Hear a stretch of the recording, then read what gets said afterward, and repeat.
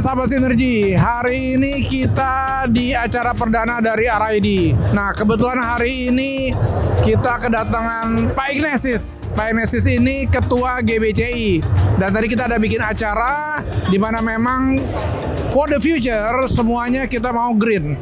Karena dunia ini akan rontok kalau semuanya pakai material-material yang ada. Kita mau tanya nih, Pak Ignatius, apa mimpi Bapak sebagai ketua GBCI ke depannya, Pak? Ya, mimpi saya itu sebenarnya yang bisa menggerakkan sustainable green itu ada developer gitu ya. Jadi kalau developer itu hijau, nanti kontraktor, supplier, material itu akan hijau juga gitu. Jadi kayak bola sodok gitu ya, sodok 5 sekaligus gitu ya. Jadi developer itu penting perannya, dan sekarang belum banyak developer yang bergerak, sehingga kita mau bikin temu developer dulu untuk bisa menggerakkan ini. Karena ke depan itu udah harus ke sini, kalau enggak kita udah hancur lah, susah dunia ini ya. Karena apalagi generasi muda ini kan udah semakin sadar lingkungan, dan mereka ini sebenarnya generasi yang kekurangan sumber daya, karena yang tua-tua udah ngabisin, Pak. Jadi kita juga perlu sadar bahwa yang tua-tua ini mesti menyisakan sumber daya buat generasi yang bakal muncul nanti gitu. Jadi jangan jadi kering ya Pak ya, dihabisin anak muda gimana nanti. Nah justru GBCI ini menghimbau kepada teman-teman developer, yuk kita jadikan bumi ini menjadi hijau, dimulai dari developer, dari perumahan gitu ya Pak ya. Ini acara RID ini kan dia campuran dari seni, building dan yang lain-lain. Sepintas Bapak lihat seperti apa nih Pak? Ya, koordinasinya banyak ya, bagus ya, karena saya bandingkan dengan beberapa kemarin yang sebelumnya, ini kayaknya padat gitu ya, karena kemungkinan memang bagus sekali, karena banyak mahasiswa, banyak generasi muda yang ingin tahu kan, itu sebenarnya pasar yang bagus untuk ke depan gitu ya. Jadi saya rasa ini kombinasi daripada peruntukannya udah bagus sih Pak. Ya, oke, ini kan tanahnya Bapak nih. Bapak mau apa lagi di sini nih Pak supaya jadi green semua nih Pak? Ya, semakin banyak aja pameran di sini. Pameran yang green, karena Bapak sebagai petingginya Sinarmas, tapi juga sebagai ketua GBC. Jadi kalau bisa lebih banyak yang green gitu kali Pak. Ada pesan khusus Pak untuk penyelenggara pameran, bukannya Pak ininya ya, yang mau pameran di sini mungkin ya Pak, sebaiknya seperti apa sih Pak? Ya contoh kayak di sini ya, ini kan arsitek ya. Arsitek itu kan pasti bisa mendesain sesuatu yang live, hidup, dan 3 dimensi itu bagus ya. Karena saya baru lihat nih, kadang-kadang cuma kotak doang gitu kan, bosen kan. Ini nggak bosen gitu. Jadi kita dari setiap sudut itu menarik gitu. Ini yang bagus sebetulnya buat pameran kayak gini modelnya Pak.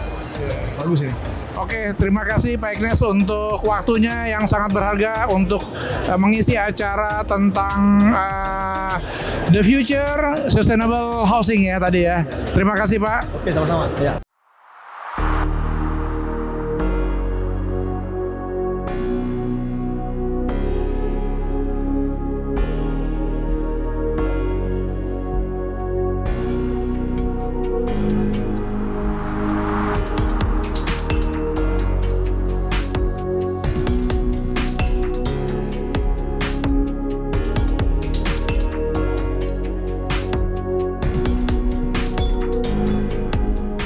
Survei kami mengenai green development, pengembang-pengembang mana saja yang udah menerapkan green sustainability ya di proyeknya ya. Nah, ini Pak Ignes, ini beberapa yang kita data yang pengembang-pengembang proyek yang mendapatkan sertifikat hijau. Land itu 19, apartemen, office yang banyak.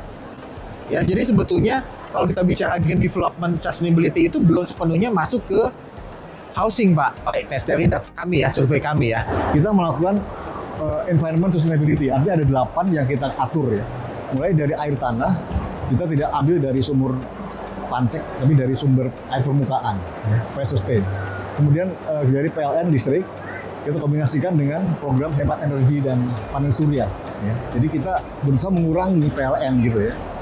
Kemudian green building, ini nanti kita akan agak jauh ya. Kemudian sampah, kita udah mulai sejak 2 tahun lalu, kita udah mulai pengolahan sampah secara TPS 3R ya. Kemudian plastik ini berbahaya gitu ya, karena 300 tahun dia bisa terurai, jadi kita manfaatkan sebagai bagian daripada aspal gitu ya. Kemudian transportasi, kita berusaha memperbanyak public transport untuk mengurangi penggunaan mobil. Kemudian material kita gunakan sekitar 26% material harus bersertifikat. Jadi kontraktor kita harus mengikuti bahwa bangunan itu harus 26% material bersertifikat gitu ya. Dan juga pengembangan rendah karbon. Kita mulai pengembangan rendah karbon di kawasan kita.